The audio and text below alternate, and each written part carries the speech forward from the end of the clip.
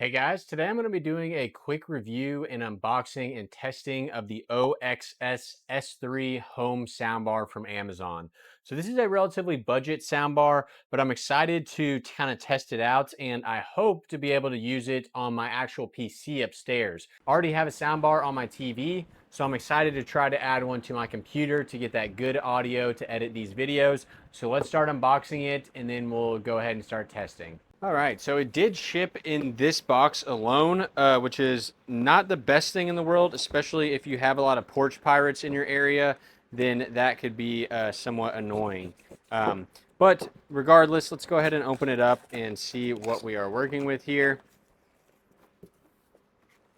I'm curious to see just how big this is and if I'm going to be able to fit it on my desk or not. So we'll get the box out of the way.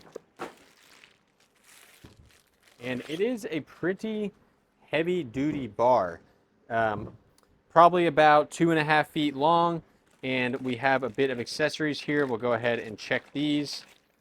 We've got a cable, we've got a remote right here in the stretchiest bag of all time. There we go, OXS branding on it. And then we have our user manuals, and this is a pretty thick manual, so likely has a lot of languages in it, but hopefully will make setup a breeze. Now, one thing I'm just noticing is I don't see a power cable. I bet it's still in the box. Yep, I almost missed it. Here is another box of accessories here. So we've got some old style cables. I forget what these are even called, maybe RCA jacks. Our power cable, pretty decent sized brick, and just a little DC barrel plug right there. Two AAA batteries for the remote. We'll go ahead and install those. And then if you want to mount it on the wall, it does come with some drywall anchors. Let's go ahead and take a close-up look at this thing. You've got the OXS labeling right here on the side, and then pretty sleek design. And then your main buttons right here. So your audio adjustment, your power button, your levels to lower and adjust the bass versus the treble. And then I'm not sure what this button does. So on the right here, we can see what sources. Oh, I bet that last button is to switch the source. So you can do Bluetooth, which will work on my PC. You can do an aux cord, which I'm not sure if it comes with that. We'll have to see. And then USB. So USB is what I will be using if I can get that to work properly. On the ends here, we have what look to be where kind of the sub bass comes out of. On the bottom, this is what it looks like. And then on the back, we have our ports here. So power port, aux cord, coax port, optical cable, and then the USB. So let's go ahead and try to get this plugged into my computer, and then we'll do some testing, assuming I have room to place this on my desk. One thing I am noticing is that it does grease marks stick on it pretty bad from my fingers, but hey, that's okay. You're not going to be touching it very often. Okay, I've got the soundbar hooked up now.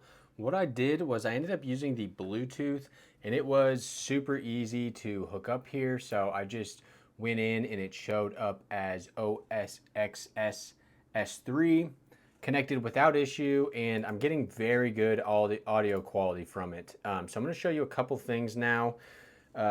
This is what it looks like. Based on the source that you're on, it will change colors. So for example, USB is purple, Bluetooth is blue, and then you've got your volume buttons here and your power. We already saw that earlier. But I'm going to play a song off of this one, and then I'm also going to play it off of this way crappier one right here, and you can tell the sound difference. And then I'm also going to just play some audio from a video I'm editing to kind of compare the difference in audio. So this is copyright-free music, so we should be able to listen to this and watch the percentage. So we're at 18 right now. This thing can get loud.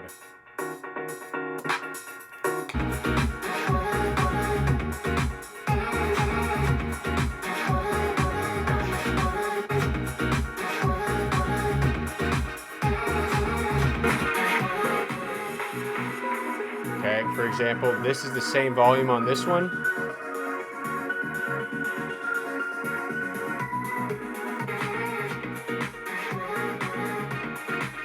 We'll go back to the other one.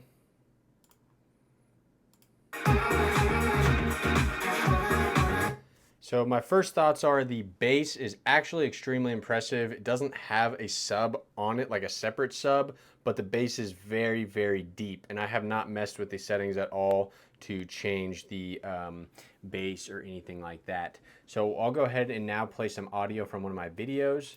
Been a long time anyway, so I may just go ahead and pull this 3070. And it is very crisp. But I don't have a monitor there to re-hook up sound, so I think I actually will, and so that we can monitor our power and start mining, and then we'll go into the BIOS similar to what on this rig, except it's going to be totally different BIOS with an. You can just tell that this speaker does not have near the depth range that this one does.